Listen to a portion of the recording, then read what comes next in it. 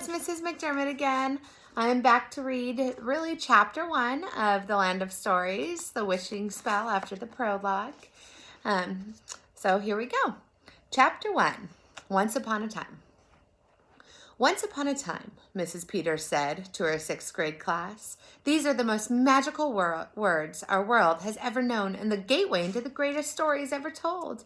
They're an immediate calling to anyone who hears them, a calling into a world where everyone is welcome and anything can happen. Mice can become men, maids can become princesses, and they can teach valuable lessons in the process. Alex Bailey eagerly sat straight up in her seat. She usually enjoyed her teacher's lessons, but this was something especially close to her heart. Fairy tales are much more than silly bedtime stories, the teacher continued. The solution to almost every problem imaginable can be found in the outcome of a fairy tale. Fairy tales are life lessons disguised with colorful characters and situations. The Boy Who Cried Wolf teaches us the value of a good reputation and the power of being honest. Cinderella shows us the rewards of having a good heart. The Ugly Duckling teaches us the meaning of inner beauty. Alex's eyes were wide and she nodded in agreement. She was a pretty girl with bright blue eyes and short strawberry blonde hair that was always kept neatly out of her face with a headband. The way the other students stared at their teacher as if the lesson being taught were in another language was something Mrs. Peters had never grown accustomed to. So Mrs. Peters would often direct entire lessons to the front row where Alex sat. Mrs. Peters was a tall, thin woman who always wore dresses that resembled old patterned sofas. Her hair was dark and curly and sat perfectly on top of her head like a hat, and her students often thought it was. Through a pair of thick glasses, her eyes were permanently squinted from all the looks she had given her class over the years. Sadly, these timeless tales are no longer mean anything in our world, Mrs. Peters said. We have traded their brilliant teachings for small-minded entertainment like television and video games. Parents now let crazy cartoons and violent movies become a part of their children's lives. The only exposure to the tales some children get are versions that are ruined by film companies.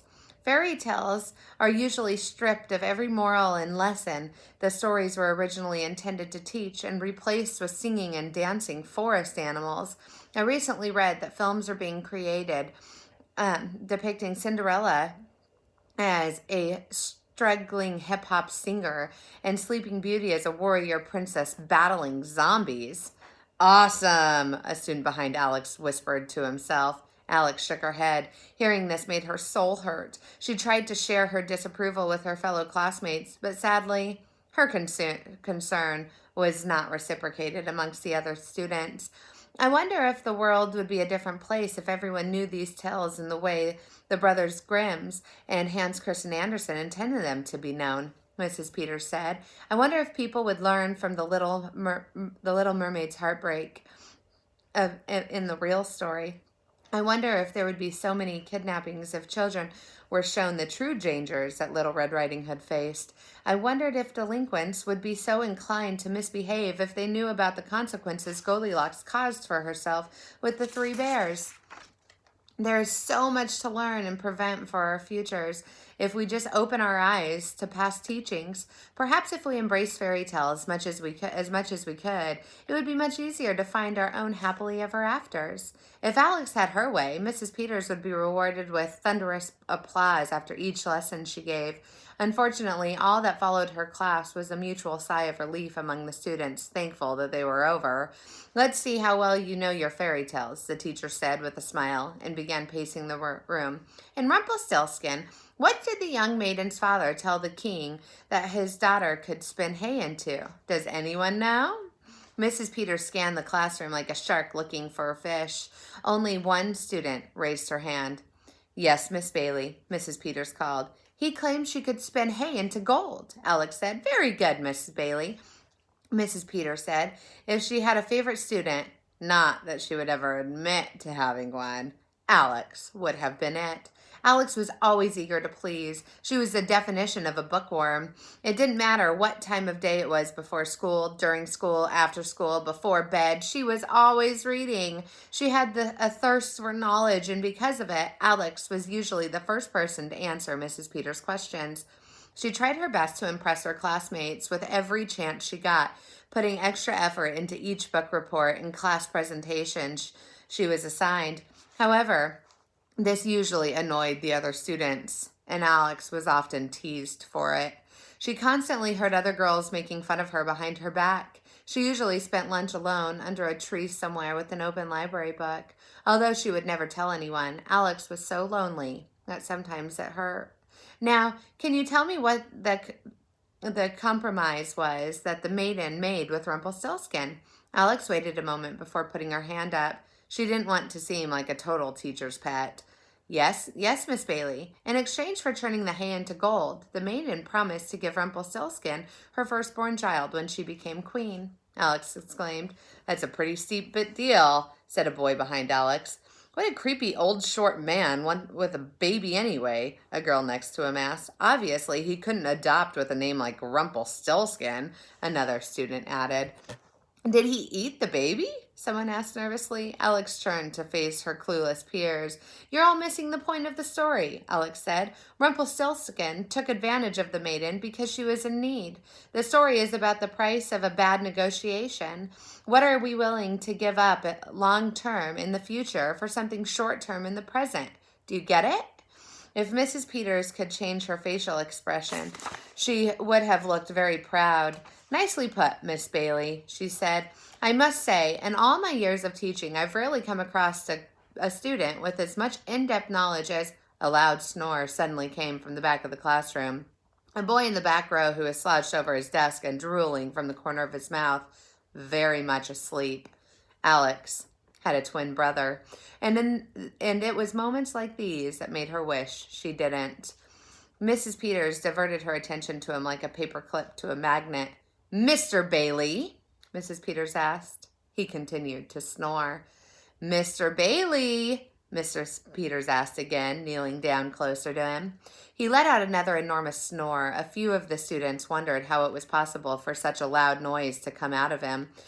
Mr. Bailey, Mrs. Peters shouted in his ear, as if someone had lit a firework under his seat. Connor Bailey jumped back to life, almost knocking his desk over. Where am I? What happened? Connor asked in a panicked state of confusion. His eyes darted around the room while his brain tried to remember where he was.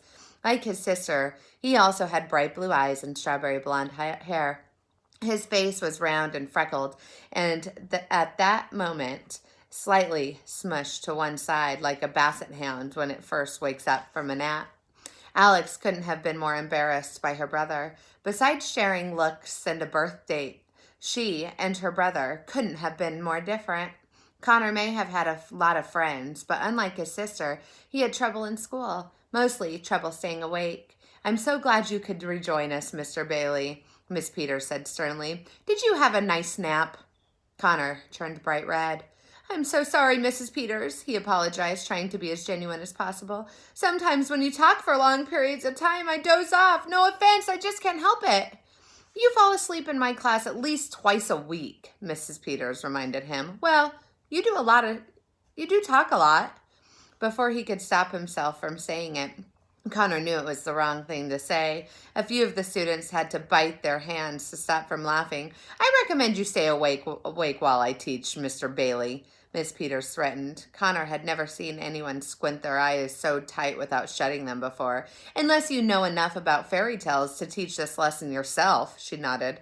I probably do, Connor said. Once again, he spoke without thinking. I mean, I know a lot about this stuff, that's all. Oh, really? Mrs. Peters never backed down from a challenge, and every student's worst nightmare was that they'd be challenged by her. All right, Mr. Bailey, if you're so knowledgeable, then answer this question. In the original tale of Sleeping Beauty, how many years does the princess sleep before she is awoken by true love's first kiss?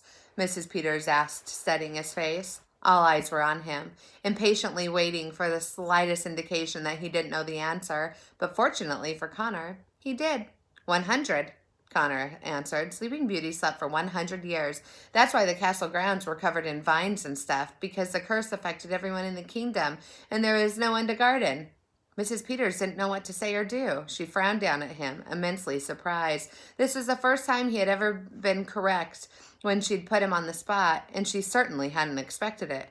Try to stay conscious, Mr. Bailey. Lucky for you, I used my last attention slip this morning, but I can always request more, Mrs. Peters said, and promptly walked to the front of the classroom to continue her lesson. Connor sighed with relief, and the red drained from his face. His eyes met his sister's. Even she was surprised he had gotten the answer right. Alex hadn't expected Connor to remember any fairy tales. Now, class, I want you to all get out your literature books. Turn to page 170 and read Little Red Riding Hood quietly to yourselves, Mrs. Peters instructed. The students did as they were told. Connor made himself as comfortable as possible at his desk and began reading. The story, the pictures, and the characters were all so familiar to him. One of the things Alex and Connor looked forward to the most when they were very young had been the trips to see their grandmother. She lived up in the mountains in the heart of the woods in a tiny house that could best be described as a cottage, if such a thing still existed. It was a long journey, a few hours by car, but the twins loved every minute of it. Their anticipation would grow as they traveled up the windy roads and through the endless trees, and when they crossed a yellow bridge, the twins would excitedly exclaim, "We're almost there! We're almost there!" Once they arrived, their grandmother would greet them at the door with open arms and hugs so tight they would almost pop. "Look at you two! You've both grown a foot since the last time I saw you," Grandma would say, even if they hadn't, and then would lead them inside, where a freshly baked batch of cookies waited for them.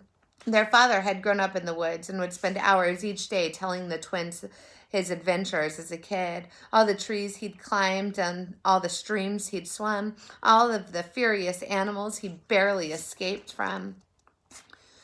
Most of his retellings were highly exaggerated, but they loved this time with him more than anything else in the world. "Someday, when you're older, I'll take you to all of the secret places where I used to play," their father would tease them. He was a tall man with kind eyes that would wrinkle whenever he smiled, and he smiled quite a bit, especially when he was teasing the twins. At night, the twins' mother would help their grandmother cook dinner, and after they had eaten, as soon as the dishes were done, the family would sit around the fireplace. Their grandmother would open her big storybook, and she and their father would take turns reading the twins' fairy tales until they fell asleep. Sometimes the Bailey family would be up until sunrise. They told the stories with such detail and passion that it didn't matter how many times the twins heard the same story. They were the best memories any child could ask for. Unfortunately, the twins hadn't been back to their grandmother's cottage in a very long time. "Mr. Bailey!" Mrs. Peters shouted. Connor had dozed off again.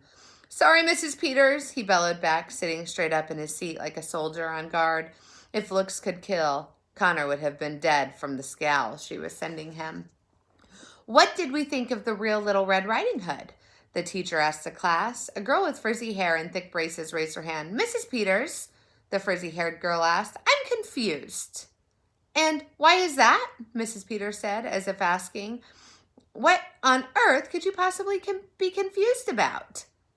"Because it says the big bad wolf is killed by the hunter," the frizzy-haired girl explained. "I always thought the wolf was just upset because the other wolves in his pack made fun of his snout, and he and Little Red Riding Hood became friends in the end. At least that's what happened in the cartoon I used to watch when I was little." Mrs. Peters rolled her eyes so far back in her head she could have seen what was behind her. "That," she said with clenched jaw, "is exactly why we're having this lesson."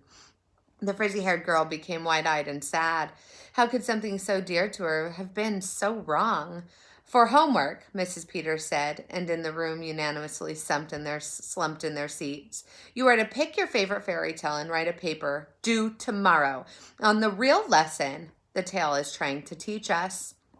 Mrs. Peters went to her desk, and the students began working on their assignment. with the little class time remaining. Mr. Bailey, Mrs. Peters summoned Connor to her desk. A word, please. Connor was in deep trouble, and he knew it. He cautiously stood him up and walked to Mrs. Peters' desk. The other students gave him a sorrowful looks as he walked by, as if he was walking up to somebody really bad. Yes, Mrs. Peters, Connor asked. Connor, I'm trying to be very sensitive about your family situation, Mrs. Peters said, glaring at him over the frames of her glasses. Family situation. 2 words Connor had heard too many times in the last year. However, Mrs. Peters continued, there's a certain behavior I just will not tolerate in my classroom. You're constantly falling asleep in class. You don't pay any attention. Not to mention, you quiz and test very bad. Your sister seems to be functioning just fine. Perhaps you could follow her example. It was a comparison that felt like a kick in the stomach every time someone made it. Indeed, Connor was not his sister by any means, and he was always punished because of it. If this continues, I will be forced to have a meeting with your mother. Do you understand? Mrs. Peters warned. Yes, sir. Ma'am. I meant ma'am. Sorry. It just hadn't been his best day. Okay, then. You may have a seat. Connor slowly walked back to his seat, his head hanging slightly lower than it had all day. More than anything, he hated feeling like a failure. Alex had watched the entire conversation between her brother and their teacher. As much as her brother embarrassed her, she did feel for him, as only a sister could. Alex flipped through her literature book, deciding on which story to write about. The pictures weren't as colorful and exciting as they had been in her grandmother's book, but seeing all the characters she had grown up reading about made her feel at home, a feeling that had recently become a rarity. If only fairy tales were real, she thought. Somebody could wave a wand and magically make things how they used to be. And that's the end of chapter 1. I look forward to reading to you again tomorrow, on Monday. I will see you soon. Have a great day.